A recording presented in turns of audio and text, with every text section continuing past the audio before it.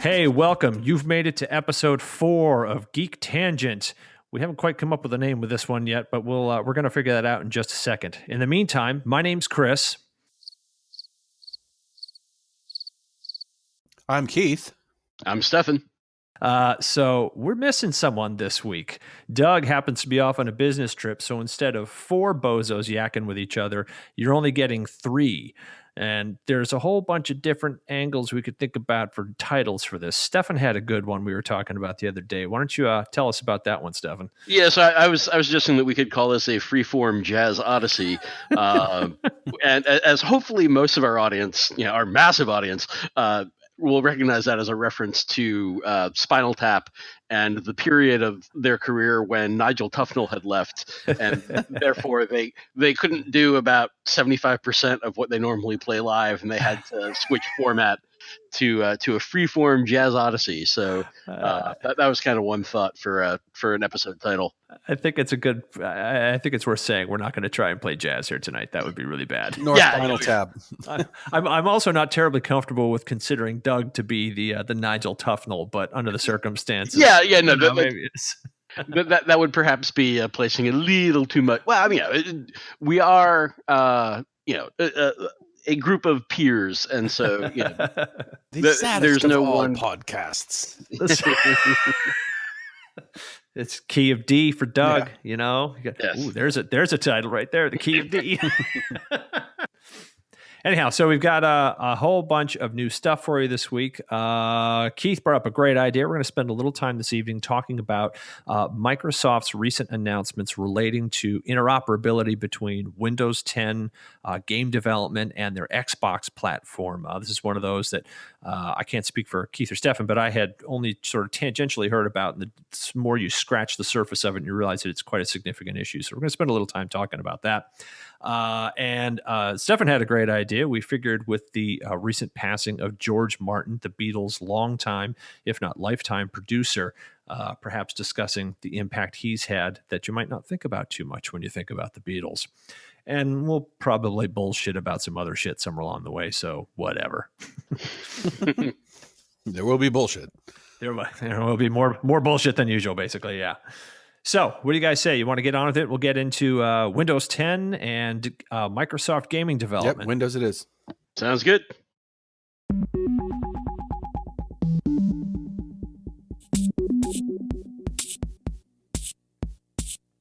Okay, well, welcome back to Geek Tangent episode 4. As Chris warned you, we're going to start off talking a little bit about Microsoft. Specifically, Microsoft. There was Microsoft has taken to having their own little press conferences sort of along the way as they deem them necessary. They don't wait for, big computer shows like CES or an E3 or whatever. So it was early March that we had one of these things come out from Microsoft like they do. And it was Phil Spencer that delivered the conversation.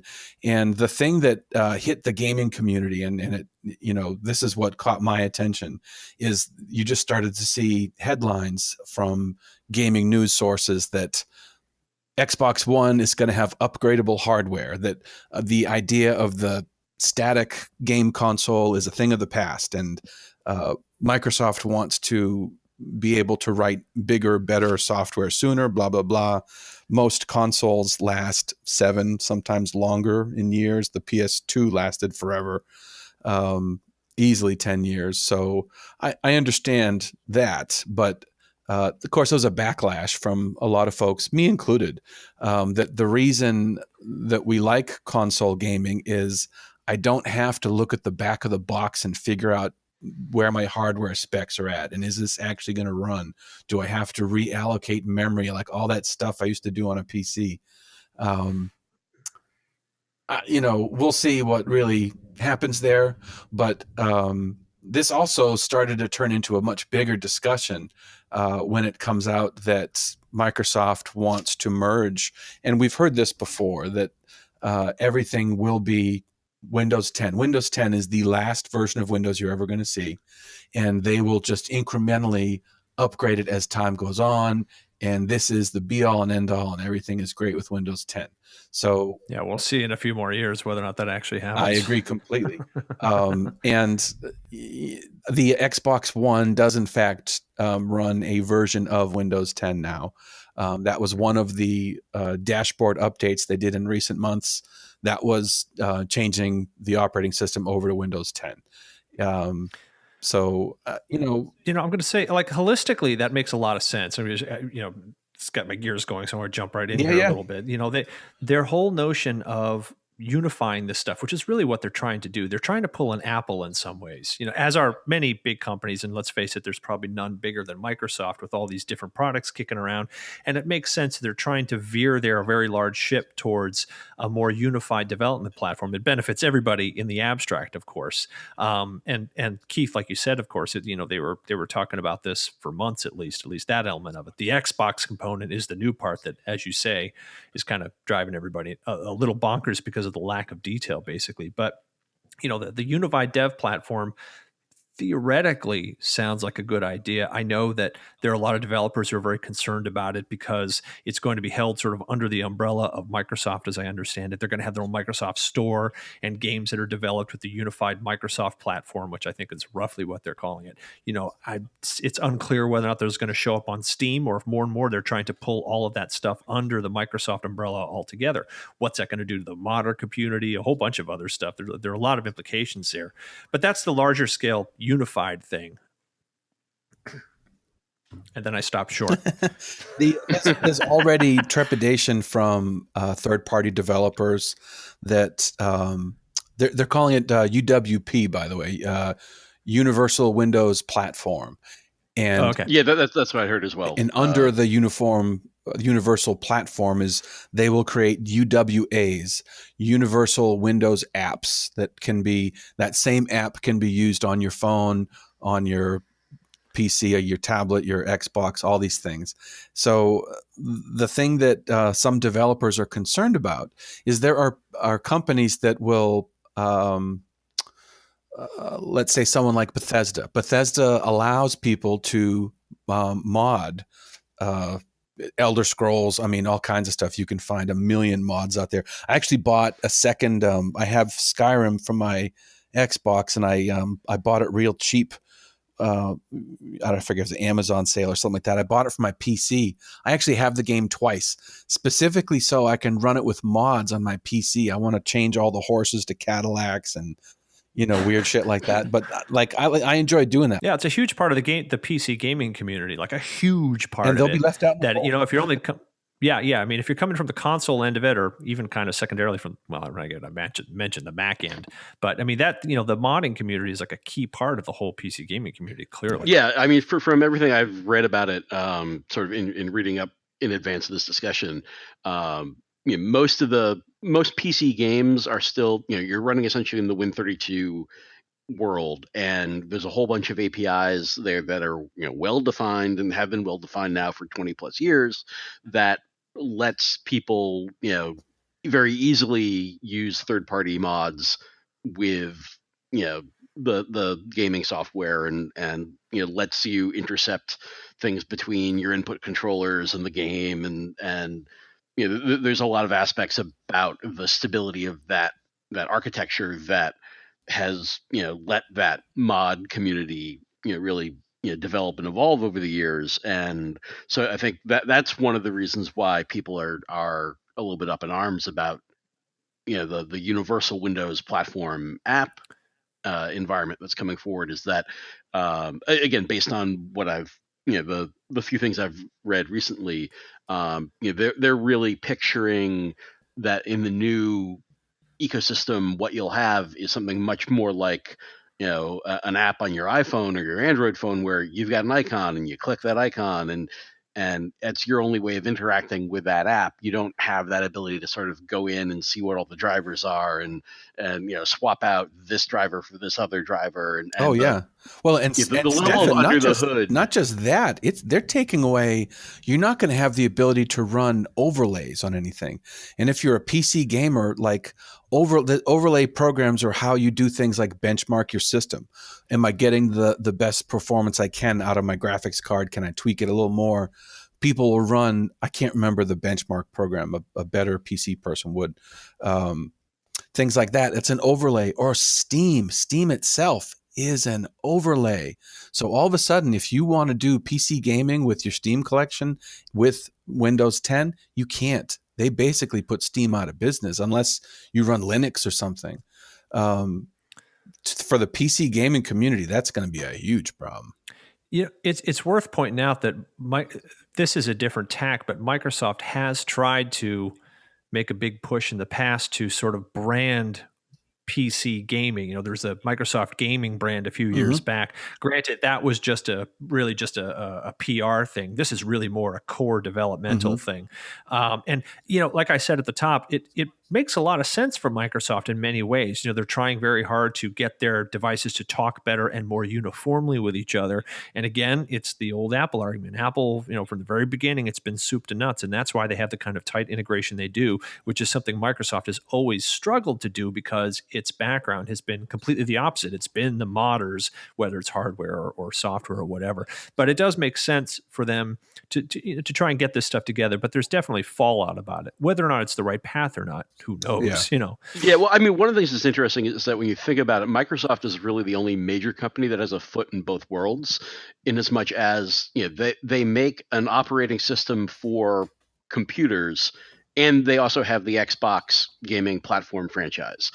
Well, you know what? Apple's got their OS, but they don't have they don't have a dedicated gaming console. Google doesn't have a dedicated gaming console. Sony has PlayStation, but they don't have their own operating system. Sure, they build laptops that you can run Windows on, but they're not. They quit making computers. They gave the VAIO thing. They gave up on. Right. But what I'm saying is even though it wasn't running a Sony operating system, it was running Windows. Yeah. Yeah. I mean, and now that Microsoft is trying so hard to get into the secondary products like, tablets, which they're having some success with, phones, which they're having no success with. I mean, they're basically trying to pull an Apple is really the bottom line. And you can't do that until you bring your code base together. That's like, herding wild buffalo or sheep or whatever, the cats, that's what the word I'm looking for. So that's sort of the higher level thing that we wanted to start off with to set a baseline here, that the notion that Microsoft is clearly, from a philosophical and structural standpoint, trying to bring together their code base so that it's much more portable between their different products, even PCs, which they don't actually control. That's the really tough part for them.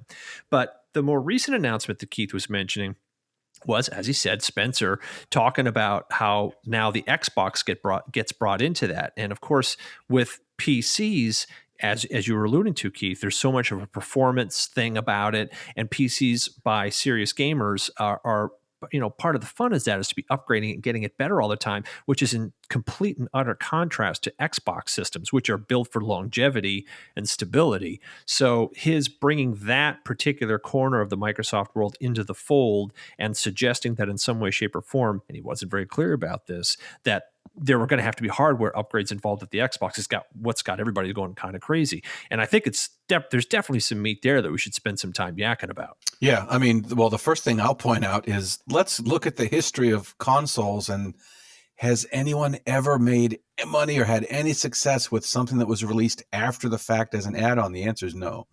It has to be in the box from day one. Look at as recent as the PS3 that didn't come with a headset. No one ever talked on a headset in the PS3 because they didn't give you one, and then you had to use a Bluetooth that nobody had. It's got to come in the fucking box when you first buy it. Otherwise, it ain't going to happen. They sold... Well, even the Kinect. Right. They sold millions of the Kinect, but like they never made a game for it. The Sony Move, same thing. They sold millions of those things. They never made any good games for it anyway, but...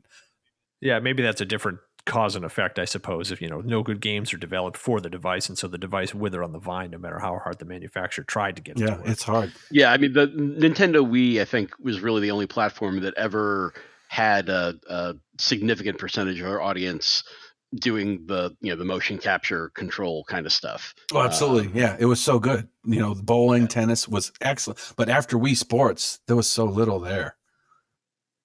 So let me put this out there. One of the big changes that happened with the release of this current generation of systems, the PS4 and the Xbox, is that they went from proprietary architecture that you really couldn't use for anything else theoretically to essentially PCs in a box. That's really, they standardized on they're literally the two different manufacturers have devices that are essentially the same power wise. And in that regard, clearly that is kind of a move towards trying to make things simpler for Microsoft as, the whole umbrella thing. Now it's easier to write code that would further down the road actually work between your different devices. The recent bump to the Xbox operating system to being Windows 10 based, which unless I'm mistaken, it wasn't Windows 10 based when it first came out. That's Is that true. right? Yeah, it was not. Okay. So clearly they've been steering in this direction for a while. One of the questions that doesn't seem to have been answered is, what are the nature of those hardware upgrades? Are they add-ons? Or, and I had this thought the other day, are they really just talking about new SKUs in the future? A year or two down the line, the Xbox that you buy will be more powerful than the one that came out at release. It's not a matter of tacking new hardware onto it. It's a matter of, we're going to be updating the system and releasing new versions further down the line. Yeah. And is that unreasonable? Well, but then my thing is, so how do you label the software? Like, does it say it works on your Xbox One if you bought it after this date? If you have, like, shouldn't you name the machine something different then? In which case, well, isn't it a different thing? Like Xbox 1.2. Yeah, so is it really an upgrade? Are we upgrading it? Nintendo made this mistake when they called the Wii U an upgrade for your Wii. It wasn't an upgrade, it was a whole new system. And they created a lot of confusion in this country as a result of just not calling it the right thing. Yeah, well, I mean, if I think about Sony PlayStation, for instance, the PS3 went through 3 different form factor generations, if memory serves. The controller sure did. Remember the boom? And the first PS3 was pretty big and bulky. The second generation one was thinner, more streamlined, and then the third generation was even more thin and streamlined. Although it was also felt a little flimsier. I felt like, at least in terms of it had the door that you just like pushed open and closed. Yeah, you like physically slid a plastic panel aside to put the disc in, as opposed to the drive that would suck the disc in from a slot from the front. Yeah, it just felt cheaper. It was not well received. But those were all still the PS3. But I don't know enough about the internals on them as to whether or not, arguably that third generation, they were also, maybe slightly tweaking the GPU or the main CPU chip. They were quieter Blu-ray drives. I know the first ones were so noisy. People you couldn't hear yourself think over the Blu-ray drive. But that's all mechanical, physical stuff. Steph brings up a good point. I mean, I wonder I wouldn't be surprised if they didn't really tweak that stuff, because then you start to get into this, system spec disparity thing that might cause problems. Right. Well, I mean, I guess, yeah. To be honest, this is one area where I didn't do any research prior to coming into the recording session. No, but that's true though. Like that's true of every system. Like over time, just components will get cheaper, smaller, and then they'll be able to make the same machine cheaper and smaller, and so they do. Right. And and I mean, I'm sure at some level there's also debate as to whether are they now using less expensive parts to cut costs and increase profit margin at the lower price point and that kind of thing. But what I was starting to say was, I don't know if anyone's ever actually done genuine benchmarking of Gen 1 PS3 versus Gen 2 PS3 versus Gen 3 PS3 running. That's probably out there somewhere. Running this. Yeah, I would imagine it is out there somewhere. I didn't go looking for it because I didn't anticipate necessarily this conversation going in precisely this tangent. No, that's cool. Whatever. Let me posit something. Okay, go ahead. No, I'm sorry. Finish your thoughts, Stefan. Go ahead. I guess I think that as long as the games will always run at some level on that original hardware, I think that it's fine saying that you can have multiple generations of hardware where the physical chipset, the amount of memory, et cetera, those are all improving over time, such that if you bought your Xbox One this year yesterday, as opposed to buying the very first Xbox One that ever came off the the manufacturing line, that you're going to have a little bit better experience than the guy Oh yeah, who's yeah. running a 5-year-old Xbox One. Which will drive get the console users crazy, which brings me to my next question, which is part of this is the fact that console users, ourselves included, are used to and expect this very long cycle from when the device is released to when it sort of gets sunsetted. And if you think about it, 7 or 8 years is kind of insane. Let me point this out. The Xbox Ones and the PS4s of the world these days cost about $350 new, essentially. Yeah. And so we expect that, there's no other piece of technology that we expect to last that long and perform that well for that low a price point. Think about your phones, for example. Nobody keeps a phone for more than 2 years, roughly, because of the contract stuff, or because the fact that the operating system is getting updated on such a frequent basis that suddenly your phone that was great 2 years ago doesn't work as well anymore, and you're sort of forced to upgrade it. Nobody bats an eye about doing that, but people go batshit at the notion of having to upgrade their console more than, any earlier than 5 years at a shot or something. Well, and so I think there's a perspective element there. Granted, I'm not necessarily saying that this is all a good thing, and this is also assuming that what they say when they refer to hardware upgrades is actual new SKUs going forward. Again, it's possible if they are talking about plug-in add-ons for existing users. We just don't know. Yeah, I also think that we've also seen over time that developers get better and better as they learn the architecture of the That's hardware. a huge element. Yeah. That, look at as long as the lifespan of the PS2 was, and it was, like we were saying, it was over 10 years. Well, when you got to the end, you got to God of War 1 and 2. They really got every drop of fidelity out of that system for those games. They looked beautiful. And if you got the, HD versions for the PS3, a little better, but not that much. So, yes, I hear what you're saying, but at the same time, it takes years before developers really hit their stride in writing for these machines anyway. Yeah. I sometimes wonder if, like, the fact that they're now making, I totally agree with you, Keith, that there's no denying that with both platforms, developers, it takes them a few years to get it sort of under control and to learn really how to tweak the heck out of it.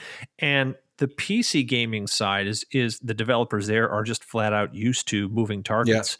Because it's not even a matter of like what are computers going to look like in 2 years. It's a matter of what are the smattering of computers that are going to be out there in the wild on the day of our game's release. What do they look like? It's difficult to find a good baseline there. And I'm wondering if throwing in the sort of verbal grenade of stating that the Xbox is now going to be updatable might be just too many variables. It's too much at once, for particularly if they're now using this unified platform where games are developed under one code base. Like, well, okay, now I got to worry about a baseline for Windows PCs and a potentially different baseline for Xboxes as well. And I guess, maybe we need to consider that Phil Spencer just threw this stuff out there, just to say, well, just see what the reaction would be about an upgradable Xbox. Right. I don't know. Which they've done before. I mean, think about when the Xbox was announced before its release. Oh yeah, it's going to be always on. You're all going to love it. And like the whole world went completely batshit. I mean, that is kind of part of their track record these days. They just kind of throw shit out there. And if it gets reacted to very poorly, then maybe they backpedal it. Yeah. Well, I mean, I think also the other thing is that the three of us are mostly coming at this from the perspective of being Xbox One gamers and not PC gamers. Yeah. And so, we are reacting to that notion of, am I going to need to worry about, is my old Xbox One going to be powerful enough to run this new Xbox game? But I think they're actually going to get a lot more pushback from the game developers. Again, just from what I've been reading up about the Universal Windows platform, is that platform is limiting the degree to which the game developers are being allowed to sort of customize against the different versions of hardware that are out there. Like it's a much more limited development kit. And I think that if anything, they're not going to get pushback from Xbox game developers, feeling limited by having to have their game also run on Windows machines as much as they're going to have Windows game developers feeling like they no longer have as much ability as they used to like let users really tweak their refresh rate and their resolution settings and all of the various ways that you could, you would tweak how your game would run in order to have it, look best on your own personal system with, depending on or what maybe GPU you're is running and PC all that kind gaming of crap. going to come down to the lowest common denominator, which will be consoles?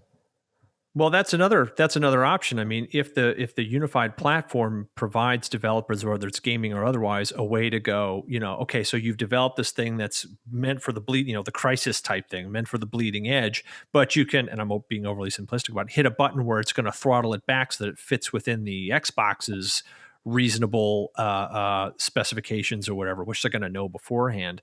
Maybe that's not such a bad thing. The one other thing that's worth bantering about for just a quick minute before we wrap this up is, what if it's not a matter of they're going to start releasing new SKUs?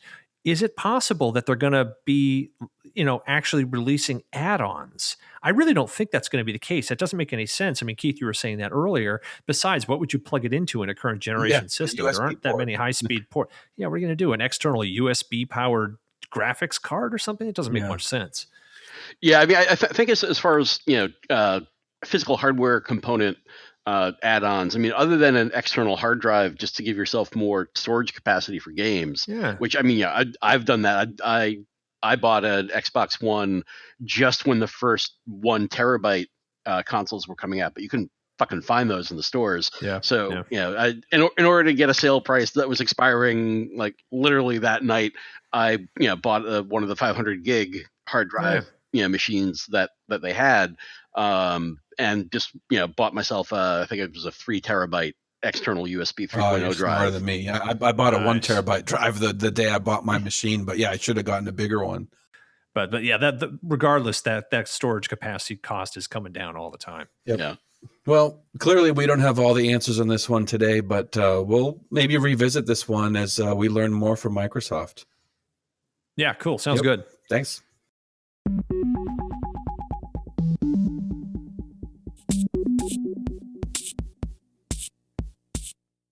Hey, listener. You will hear each of us introduce topics for the show, but keep in mind that this is the Geek Tangent, and as varied as the topics are, we can always talk about even more, as long as it's at least tangentially related to our and your interests. Let us know what you think about the show.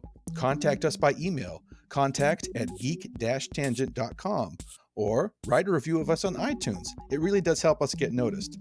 And check out our YouTube channel at Geek Tangent Podcast on YouTube.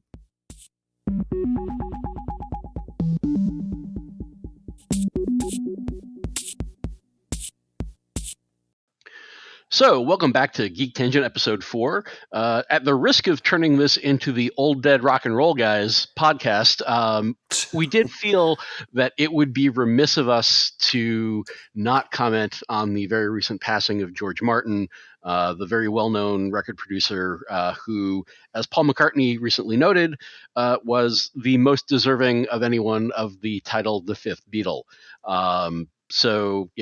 All of us are, big fans of the Beatles, massive respect for the music that they've recorded over the course of the years. And sometimes, it's often, you underestimate the importance that other people are, surrounding those 4 main musicians may have had on the Beatles and their sound and their trajectory. But it's fairly universally acclaimed that, without George Martin, the Beatles as we know them would not have been the Beatles as we know them. He was one of the most creative record producers at the time, as far as bringing in unusual sounds, being willing to play around with weird flanging and just backmasking and all that kind of stuff. I mean, So Fresh Air on NPR was recently replaying some clips of old interviews with him shortly after he passed away. And he was telling this one story of, I think it was during the Sgt. Pepper sessions, although I don't remember which song specifically it was in reference to. Might have been Strawberry Fields. But anyway, he had one of the sound engineers literally take a stretch of magnetic tape that they had recorded a bunch of stuff on, cut it into strips of of 3 to 6 inches in length, throw them up in the air, and then paste them back together. Oh my God. In an effort to get I forget if it was like string arrangements or it was some, it wasn't part of the main audio, but it was some element to the soundscape of the song. And but to avoid it sounding too cliched, they did this to sort of scramble the sound. And so just that level of creativity, that level of being willing to push the envelope. I think George Martin was, a relatively unique figure in that regard. I think he was on the forefront of that as far as way record outside the producers. box. Because the early Beatles stuff, we're talking mono recordings. Like it wasn't until several albums in before they had access to stereo, let alone multi-tracks. They record a lot of that stuff live. But like the movie for A Hard Day's Night, that opening chord, I don't know if you're aware, like that's been or people who aren't music files, whatever, those arguments, like serious arguments for years over what the hell that chord was. And would you believe, I forget if it was at MIT, people put serious computing horsepower behind this to figure out the timbre of every possible instrument that could be there. Oh my and God. Different people put together different, like it's 2 notes on a piano, 1 string plucked on a bass guitar, 2 strings off of an acoustic guitar, and they had all these things together, what the chord was, and no one ever actually got it right. Only George Martin knew what the hell that chord actually was, which I thought was really cool. He did. He was always the guy that would just bring in stuff like out of left field when they were recording the song Yesterday, and it was Paul McCartney is singing and playing acoustic, and it was just going to be a Beatles song with the 4 of them. And George Martin said, no, stop. We're going to have Paul and his guitar with strings. We're going to have a cello. We're going to have violins that bring in, a chamber quartet. And that's how we're going to record this song. And, obviously a monster hit for them.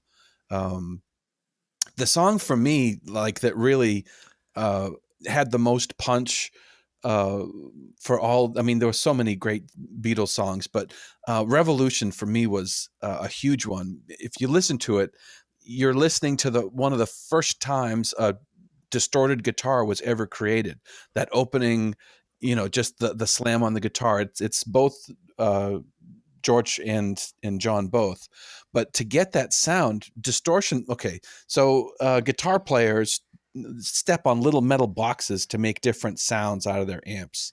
So they're like Jimi Hendrix, the wah wah, that's a wah pedal, wah wah wah. Flangers, phasers, these are things that were invented by Jimi Hendrix and his engineer, Eddie Kramer. That's another episode.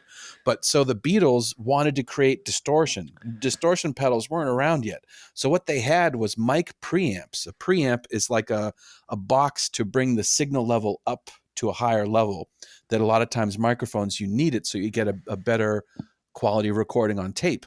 So what they did is they ran the guitars through 2 microphone preamps in a row, and then bang, went straight into the recording desk. They didn't have microphones or amps or anything. It was just guitar preamp right into the board. And that's how they got that up till then unheard guitar sound. George Martin was the only guy figuring these things out.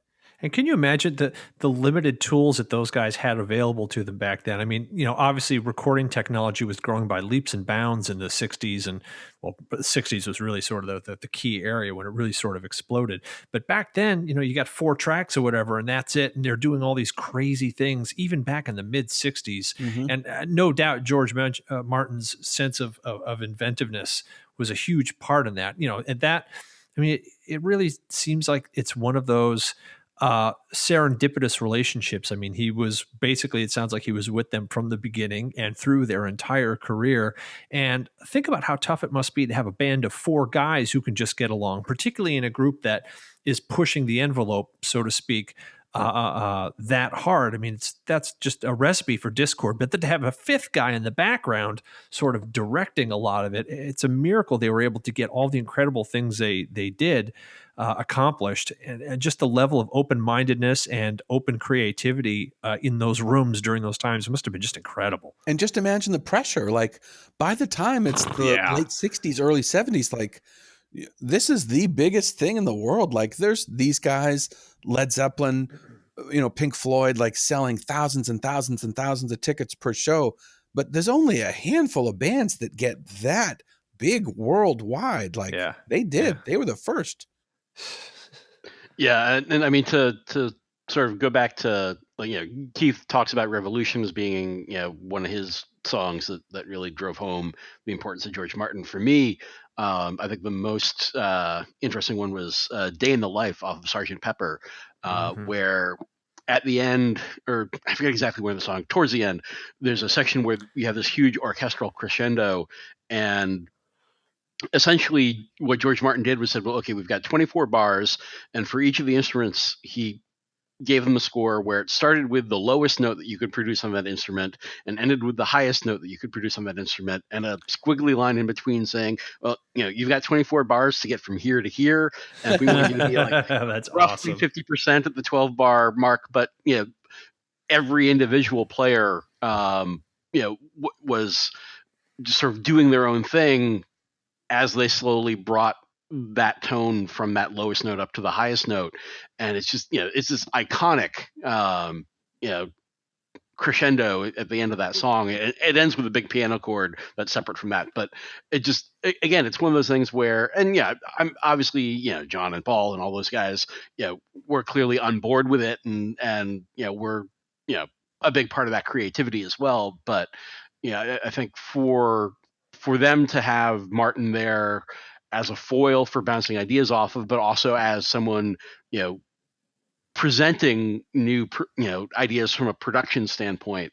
I think the Beatles music as a whole would be significantly different had they not found George Martin as their producer. Yeah, it'd be interesting to think about, and I don't have a great answer for this, but there are probably not that many bands out there who have a similar sort of relationship with their producer. It'd be very interesting to suss out some of those. The two that come to the top of my mind are Tony Visconti, was a longtime collaborator of David Bowie's, and Nigel Godrich, the guy who does Radiohead, right, and has almost from the beginning. And obviously, both of those are wildly artistic endeavors, so that's sort of an easy bucket to think about, of course. But I'm sure there are lots of other bands out there that have a similar relationship with the producer, whether or not they're as good or at the kind of level as these bands are, who knows? But it definitely shows that it's not necessarily just the 4 or 5 or whatever it is guys in the band, that there really is sort of the other voices in there that, if they are trusted, produce a dramatically better result. Mutt Lange and Def Leppard. There's one. Yeah, there's one too. And Mutt Lange also did a lot of work with AC/DC, Back in Black, For Those About to Rock, that period, right. which was far and away their most commercially successful. Yeah, big 80s rock. Mutt Lange was huge. Yeah, Bob Rock and the explosion of Metallica. I mean, his sonic contribution to that, that's a big part of what made that happen, for example. Yeah, I'll give him more credit for the Cult. Sonic Temple, I thought, was the best thing the Cult ever did, and that was Bob Rock. Yeah, admittedly, but his sonic sound was applied to a number of things before Metallica came out. Dr. Feelgood, for example, if you want to get really rant ball 80s. Yeah. Although again, I think that was the best Crew album. It just goes to show how the production, and maybe this is my larger point. I'm glad you sort of backed me into this. Is basically like, those are great examples of how a producer can put a band over the top or make them so much better than they are otherwise, if left to their own devices or left with an inferior producer. Rick Rubin. Yeah, of course. You pick your band when it comes to him. Listen, this is a bit of a side note, but I feel it's kind of worth mentioning this. Before we started to record this, I was literally walking into the room and reminded of a book I have on my bookshelf. It's an out-of-print thing, and for any of you crazy Beatle fans out there, you might know about this already, but it's worth knowing. It's a book called The Beatles Recording Sessions, and what it is, it's a collection of the official Abbey Road studio session notes from 62 to 70. And it's an amazing book if you can get your hands on a copy. It's basically like interview blips, copies of studio paperwork related to recording sessions, interviews with band members. I know McCartney shows up in here, but it's literally a day-by-day diary of what happened in Abbey Road Studios whenever the Beatles were in there recording. It's a real treasure to find if you can get your hands on a copy of it. Yeah, brilliant. And needless to say, George Martin plays a pretty significant part in that. Yeah. Oh, one last thing. As we were doing some research, I have to throw this out there that it turns out that Martin didn't just produce the Beatles. He did a bunch of other things. A number of bands we hadn't heard of. Some you have. He did something with Celine Dion, believe it or not. And he, I just drew a blank. Oh, he did did you guys remember this? He did a solo album. I'm sorry, not really a solo album. It was under his name, where he had other musicians perform Beatles songs. Did you guys see this? Yes, vaguely familiar. Yeah. Some of them were, I have it somewhere. Some of them are good. Some of them are not so good. The real gem in the thing is Jeff Beck doing A Day in the Life, which is just amazing with nothing but guitar, you know? Yeah, I can imagine. The last info nugget I wanted to throw out there, and I didn't know this until I read it just this evening, is that he produced or at least was involved in 3 of the Bond movie themes. Most notably, he produced Goldfinger. Yeah, Goldfinger, that's great. And not surprisingly, To Live and Let Die, of course, since that was a McCartney song. So the guy clearly had his fingers in a lot of pies, but boy, what an impact he had. And at the ripe old age of 90, you can't say he didn't have a really, really interesting life. Oh, yeah. And as far as, like you said, talented producers that help make the band, we just named several other really good ones, but I think George Martin might have been the best. Mm-hmm. Yeah, he definitely has as good a claim as any to that throne, and massive contributions to rock music. Yeah. So thanks for all the dolphins. No, that was terrible. We'll cut that part out. But.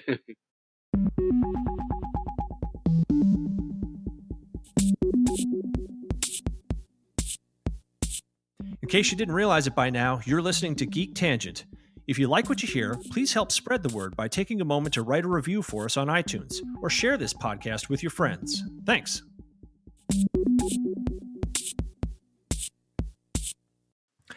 So, hey, as we close out episode 4 of Geek Tangent, thanks for hanging with us. We got a little bit of an odds and ends segment to close out the episode with. We had a couple of things we wanted to bring up and maybe just chat about briefly. Stefan, you had something you wanted to bring up.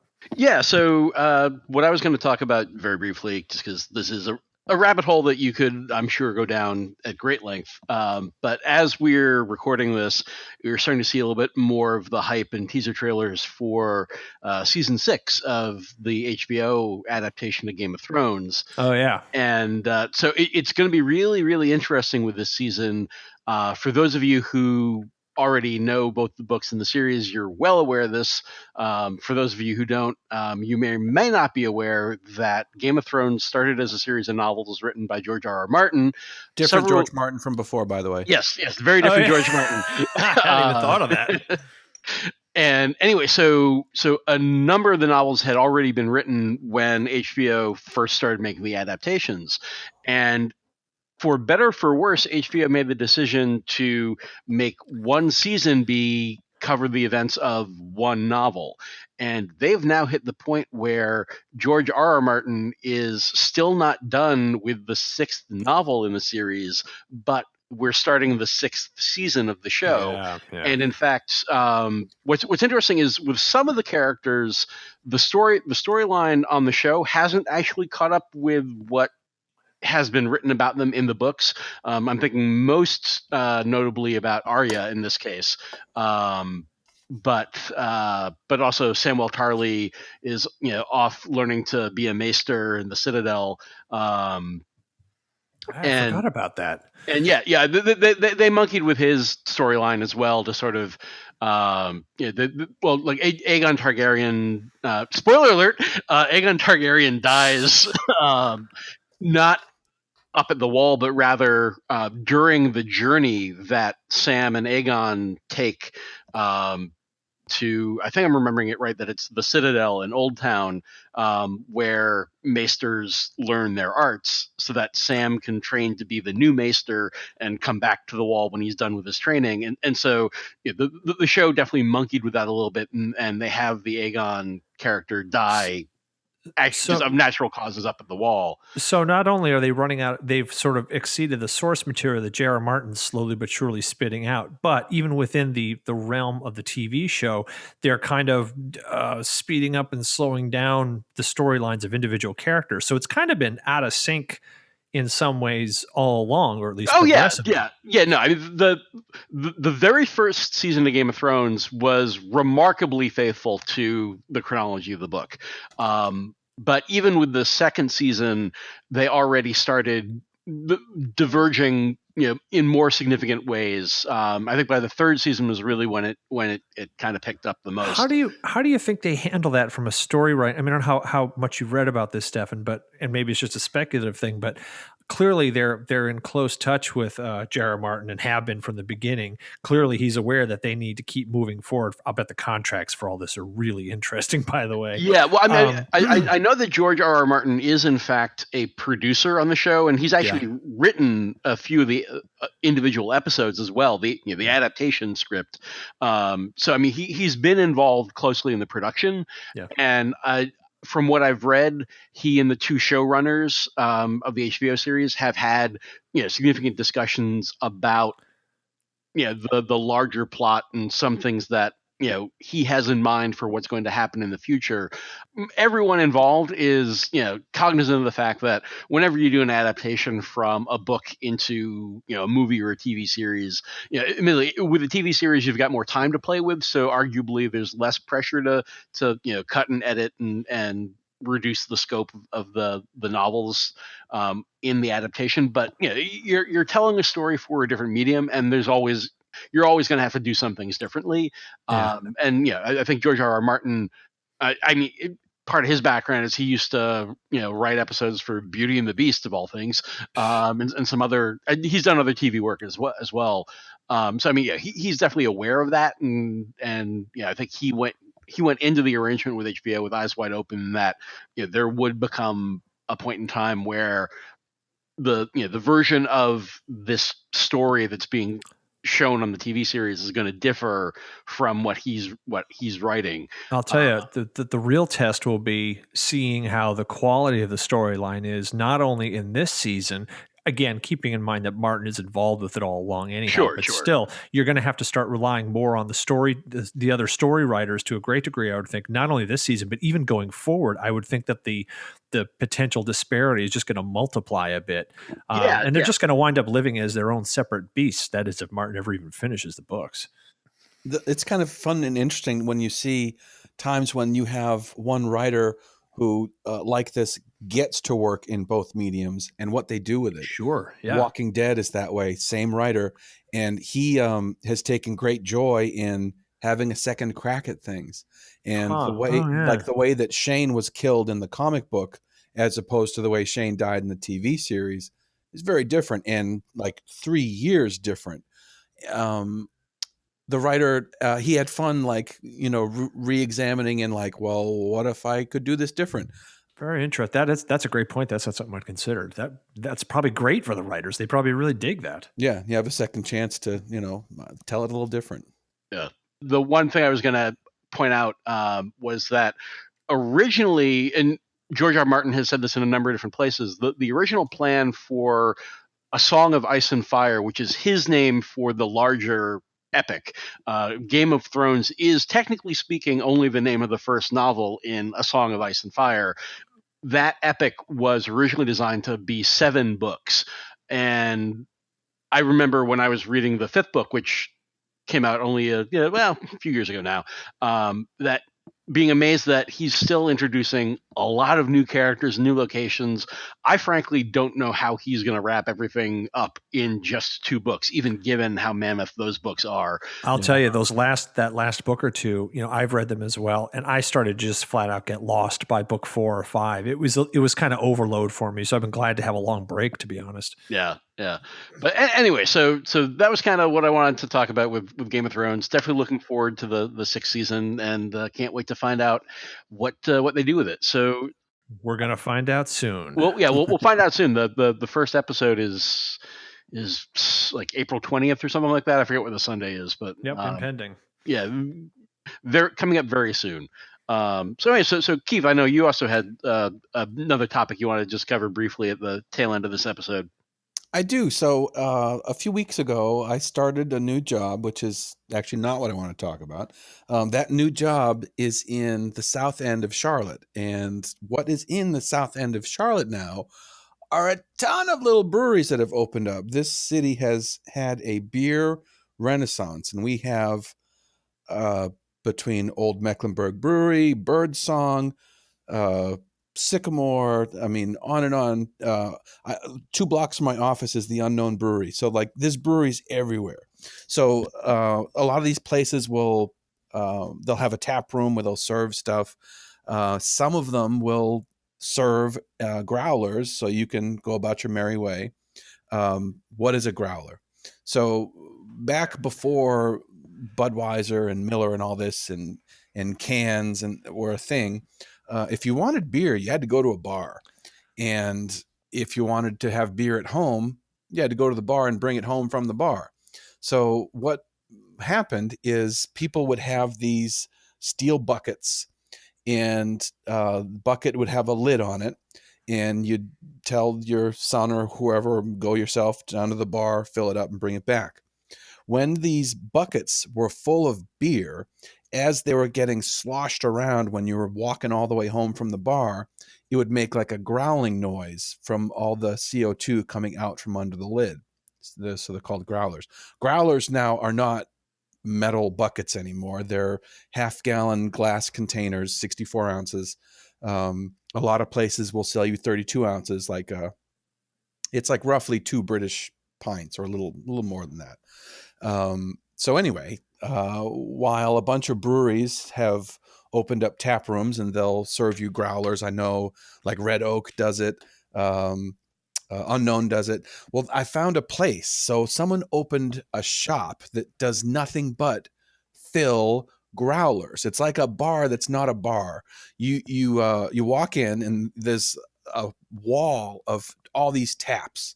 And in the case of the place that I go, it's mostly all local stuff. It's all stuff within maybe 50 miles. And a lot of it that's like from up the street. So it's local people making fresh, unique beer that you can't get anywhere else. They have all kinds of stuff because it's coming straight from a brewery and it's in a keg. It's stuff that's available in kegs, stuff that isn't necessarily even bottled. You can't buy it in any store. You can only get it in a growler. So I found a growler shop. It's like, I don't know, a few blocks from where I work. It's just way too convenient. Oh, that sounds like a good idea. Oh, it's good and it's bad. Yeah, don't schedule a 3 p.m. meeting with Keith. No, yeah. Well, unless you want to, hit the growler shop. So I'm actually dragging a friend of mine there Wednesday this week.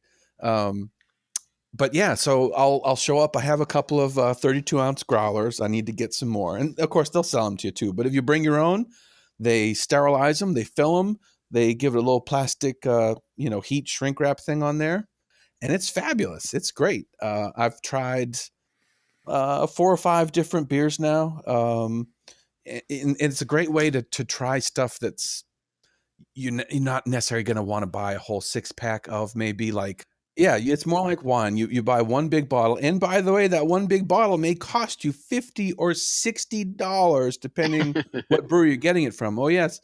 I used to work with a guy. His son is a brewer at Cascade. Cascade is out in Washington State, which there's a ton of breweries out there. Why? Because that's where Cascade hops grow, in Washington State. That's where the hops come from. So, yeah, and mostly what this guy does are sour beers. So I saw my coworker one day. It's like, hey, I'm headed over to the beer store after work, and I'm going to check out some of the shit that your son makes. And then I did, and said, fuck that. When I saw $50 a bottle, I was like, next time your son's in town, he can bring me some of that shit. But I ain't spending $50 on sour beer. Like, that ain't happening. Well, particularly if it's not your thing. Yeah. But what I actually find really interesting about this notion of the growler sword that you found is that it's just the fact that you can get fresh on tap growlers from multiple different breweries. Like I've had the experience of Magic Hat up in Burlington, Vermont. You can go in and bring home a growler of anything that they happen to be in production on at that time. Yeah. Number 9 is good. Boston Beer Works around here. Well, the thing is, number 9 you can get in a bottle fucking anywhere. I know. That's good. There's a reason. Whereas they're probably producing somewhere between 10 and 15 beers at any given time. Oh yeah. 3 of which you can actually what's find frustrating in liquor about that? stores. You go to these little breweries and you'll taste like whatever beers they have, and then they'll tell you like, oh yeah, these are the 2 we actually send over to the East Coast or whatever, and it's like, that's not even your 2 best. What are you doing? Like, you'd sell the shit out of this if you'd only send it to the whatever. I had that experience. Yeah, obviously. Yeah, well, I'll confess, of all of Magic Hat's offerings, number 9 is probably my least favorite, and it's the one that's got the most distribution.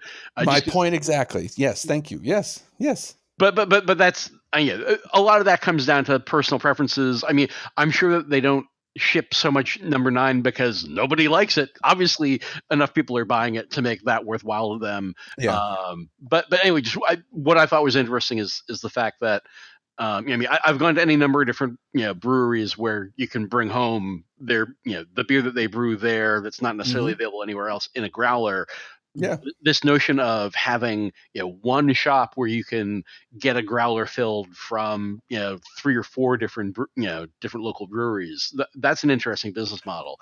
And it'd be interesting to see if someone were to try that around here, because Boston also has a burgeoning microbrewery economy around here. So Yeah, all you got this a talk few. really makes me want a beer. God damn it. What, you mean you're not drinking one now? I'm going to soon. And on that note, I think it's time to wind it down. What do you guys say? Yeah. I think we probably, as is our nature, we could go on at great length about any of this stuff, but I think this is as good a place as any to wrap it Exactly. up. It's not Geek Tangent night. It's Beer Tangent and Game of Thrones Tangent and everything else tangent, for God's sakes. That's what we do. But yeah, so on that note, kids, drink local. Find something local and drink that. It's probably fresher and it's probably better. Support your local brewer. Yep, absolutely. There's the screaming Geek Tangent endorsement for your local brewer. Yep. With that, we're going to step our way out the door to go do exactly that, I suspect. You have been listening to Geek Tangent, episode 4. We're chucking right along. This is month number 2 for us. We're glad to have you with us. I'm Chris. I'm Keith. And I've been Stefan, and you've been listening to Geek Tangent. For some reason. Hey, don't forget, you can contact us by sending us an email at contact@geek-tangent.com. You can also now find us on Twitter, geek_tangent, and we're on Facebook and iTunes and YouTube and all that other great stuff. So Geek Tangent Podcast. You got it. Hang in there, and we'll see you in a couple of weeks. We're out.